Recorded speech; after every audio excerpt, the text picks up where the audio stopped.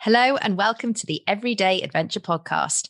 My name is Nicky Bass and I will be bringing you thoughts, ideas and stories from some incredible guests to hopefully inspire you to live more adventurously in your everyday lives.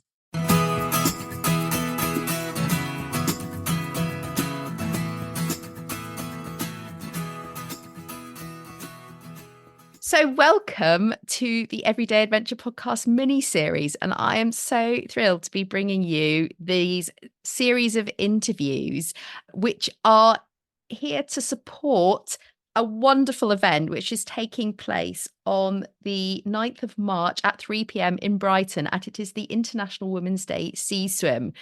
And it's such a brilliant idea. And so in line with the whole ethos of the Everyday Adventure Podcast, that when its founder, the wonderful Nicky Chisholm, approached me and said, do you want to collaborate on this? I just could not possibly say no. It was just such a perfect alignment with everything that we're trying to encourage. And also International Women's Day is an event very close to my heart. I think it's really important that we take the time to celebrate as well as accept and understand the progress that still needs to be made in terms of women's equality, development, equity, whatever you want to call it, diversity in the workplace and beyond. But I think it's also really important just to celebrate the brilliance of all these incredible, inspiring women that I have had the greatest pleasure to speak to since I've set up this podcast as well. So today, to kick off this mini series, I'm going to be bringing you 6 short interviews. They're going to be 15 minutes long. They're going to be with some of the wonderful personalities, the women who are taking part in the sea swim. But today, just to kick us off, I'm very excited to have Nicky herself here. So she's going to tell us a little bit more about the event, what inspired her to get started with it, where the ideas come from, and hopefully encourage a few of you listening to maybe want to come and take part as well. So Nicky, welcome to the show. Welcome to the Everyday Hello. Adventure Podcast. Hello, it's such a pleasure to have you here. Thank you. And I would love you just to tell everyone listening just a little bit more about the sea swim, where the idea came from, what you are trying to achieve with it, and why they should get involved. Okay, a few questions. So I know, all at the same time. all at the same time. All my ideas come to me in the middle of the night. And I've had some random ones over the years, and they have led me into all sorts of shenanigans. Machu Picchu, Buckingham Palace, NatWest Towers, all sorts. So I knew if it popped in the middle of the night, it's got legs on it. I just needed to make it work. So last year I decided International Women's Day, wanted to celebrate it, get women together and celebrate International Women's Day. And it worked. We had 250 people turn up. It was really good fun. So this year I wanted to make it a little bit more official, get some bells on, whistles, sponsors, partners, and more people on board. So I'm aiming for 500 people to celebrate International Women's Day. And the idea behind it really is to do all the things that I love. It's bringing women together. It's sea swimming. It's a celebration. There's sparkles. The dress code is sparkles and sort of like shenanigans. That's it. We want to create a spectacle on the beach. So it's combining all those things. And we have such an active sea swimming community down here on the South Coast. I swim every week, and it was just a really good opportunity to get everyone together. I've just started writing a blog this year called Pink Nicky Blog. And it really is all about opening the doors for women that are having, going through a new chapter in their life. The kids have gone to university, they're getting older, they're hitting their teens. And rather than sitting at home and feeling a little bereft, it's all about opening those doors to adventure. So all those women there at that sea swim will be there for multiple reasons: health, physical, mental, friendship, community, fun. Maybe they're feeling a bit lonely. I always think events, they work on so many levels, and you're never going to walk away not feeling good, not in a million years, so it's only going to be a good thing if you turn up. I love that. I've loved that point you made about opening up, and this idea that, because I think, like you said, I think depending on any stage in life, actually, I think as we hit adulthood, we immediately start feeling as if in some ways. There's that initial sort of rush, I think, often for people in their late teens, early 20s, and the world's your oyster. But once you start in the workplace, it starts to feel like things narrow down in some ways. And I think that can exacerbate if you have a family, if you have kids, whatever caring responsibilities you might have, or even just, as you see friends and family going off and doing other things and feeling as if you're left behind. So I love the emphasis you put on actually it's maybe a time of transition, or it might be that, people have changed or things are going on in their lives, but that actually there is that possibility for their worlds to still expand and to grow. Absolutely. For me, adventure's always been sort of like a guiding force. Whenever I've been, with the kids, I'd always do loads with the kids. When I was a young teenager myself, I did lots of sailing, canoeing. Then I had the kids and took them on adventures. Now they're getting older. They're teenagers. They don't want to hang around with mum, but I still want to do adventures. It's always been my sort of like my raison d'etre, or my calling. It's just guided me through ups and downs and highs and lows, all the nutty things that happen in your life. If I can walk and I can get out, I've maintained some sort of like balance, some sort of calm, some sort of always see it like a snow globe, and then it sort of settles if you can walk or you can run or you can get outside with your friends. I can't even remember what the beginning of the question was now, because I know I threw too many questions at you, isn't it? It's terrible podcasting etiquette. Get you to answer 15 at once. I got it. No, I got it. No, so adventure it's a way to, if you're feeling lonely, you're feeling bereft, you're going through a change, which, as your teens grow older, that's the way it should, is the world.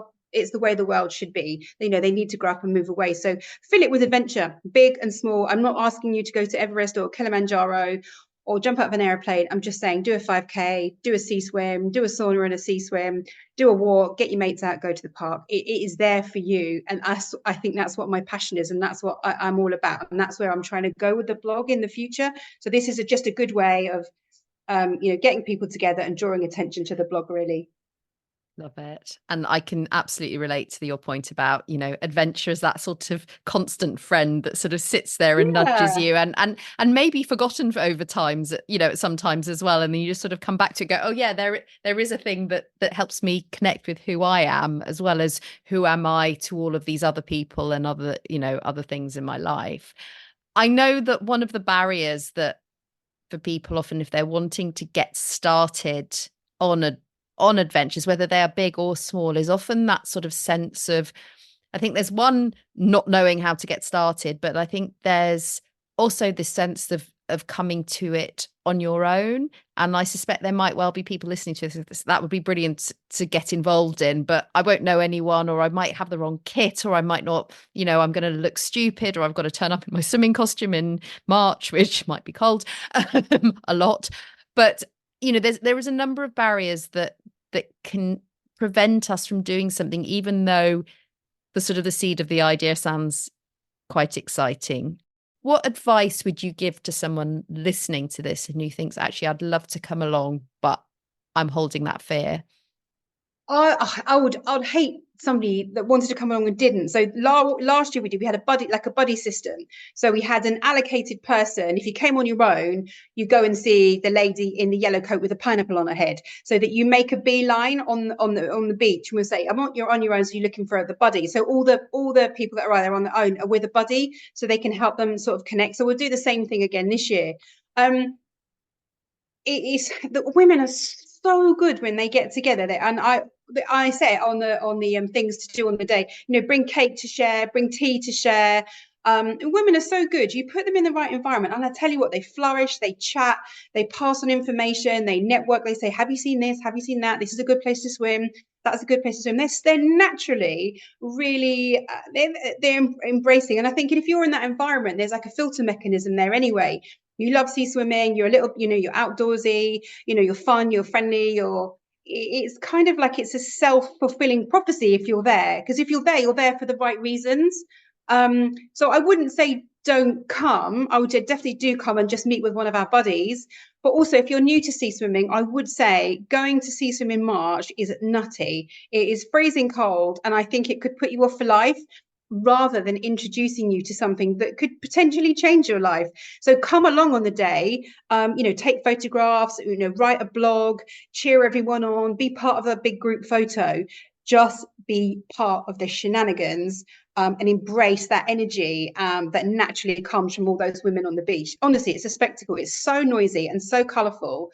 It's such good fun. It makes my heart sing. Amazing. I think I want to come along and see the lady with the pineapple on her head, let alone anything else. I'm like sold at the pineapple. No, that it sounds brilliant. And I think that I love that idea of a buddy as well, because I think often that is the intimidating part, is that literal, what is it like to step out of your car or step onto that seafront, be confronted with a load of people you don't know, and thinking, how do I even get started? Where's my place here? So I love the fact that you've given so much thought to that too. Yeah, it's for sea swimmers, and maybe people want to get into the sea swimming community, and also those that want to celebrate International Women's Day. So it's multi-level, so you can just turn up and enjoy. We've got teas that will be sort of given out. There'll be volunteers. There's lifeguards. So it's super safe. There's meeters and greeters. So as soon as you come in, someone will say hello. Welcome. Come and join the swim. Yeah. So everybody's welcome. We say all sorts.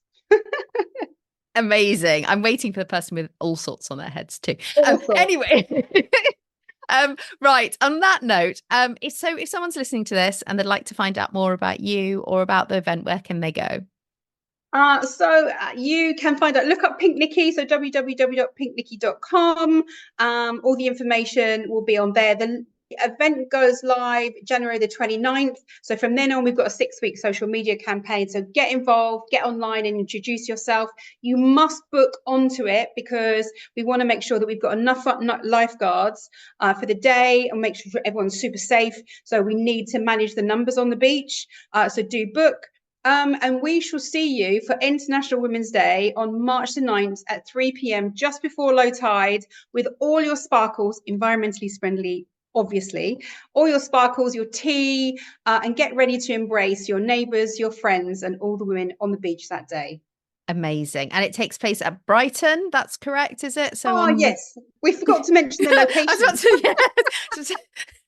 We could have a whole host of people, but they'd be spread out along the south coast. So I thought probably should just. Okay, so yes, thank you for that. That's really obvious. So it's 3 p.m. It's in Brighton. It's on Madeira Drive. And if you head towards the Banjo Groin, which is next to Beach Box Sauna, you will know where you are. Look out for a red camper van called Daisy. She's the reception for the morning, or for the afternoon rather, and there'll be flags. So you'll see lots of people congregating. So park on Madeira Drive, download, there's an app, or bring some money with you for the parking. Amazing. Thank you so much, Nicky. And absolutely go and check out all of the various links, and we'll pop those all in the show notes too, so that people can find it and find you easily. Just wishing you all the very best for the event. It sounds absolutely incredible. And I'm really looking forward to also speaking to some of the women that you've got lined up over the next few weeks as well. Well, I've got for you a triathlete, a well-being coach, a sauna lover, a retreat runner for sea swimming, and a lady that makes sustainable gym to swimwear. I have got some good podcast guests for you. Oh, amazing. I'm really excited. I love the range as well, because I think that's something as too, is just often when we talk about a particular sport or activity, or, something that people love to do, we focus very much on that activity. And then sometimes what we can forget is that every single person taking part in it has their own incredible and unique story too, and that they're so varied. So I'm really excited, although it's under the umbrella of sea swimming, even if you don't, you've never swum in the sea before, or it's not something that you aspire to do, especially in March. Not saying that you shouldn't, because you really should. But hopefully there will be stories that will relate, that people, regardless of your background, what activity you're into, you'll be able to relate to those stories and learn something inspiring too. So yeah, really looking forward to sharing them all with you. Nicky, it's been an absolute pleasure as always to speak to you, and yeah, looking forward to March the 9th. Thank you. Take care. Bye.